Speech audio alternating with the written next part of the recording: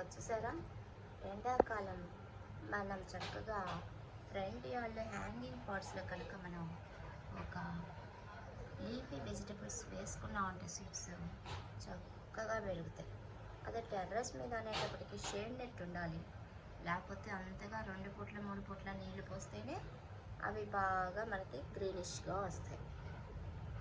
So front yard అనుకోండి, రోజుకి ఒక్కసారి పోసినా కూడా లైట్ ఎండలో మనం కనుక హ్యాంగింగ్స్ పెట్టుకున్నామంటే చక్కగా మనకు ఇంటికి కావాల్సినటువంటి ఆకుకూరలు మనం ఫ్రంట్ యార్డ్లో కానీ బ్యాక్ యార్డ్లో కానీ, కింద ఖాళీ లేని వాళ్ళు హ్యాంగింగ్స్ పెట్టుకొని కింద గ్రిల్స్ ఉంటే కనుక చక్కగా హ్యాంగ్స్ చేసుకొని మనం రెడీ చేసుకొని చాలా ఈజీగా మనకి ఎండాకాలంలో కూడా ఆకుకూరలు అనేవి మనం బయట కొనుక్కోకుండా మన ఇంట్లోనే రెడీ చేసుకొని సమర్థత మనం అలవాటు చేసుకోవాలి.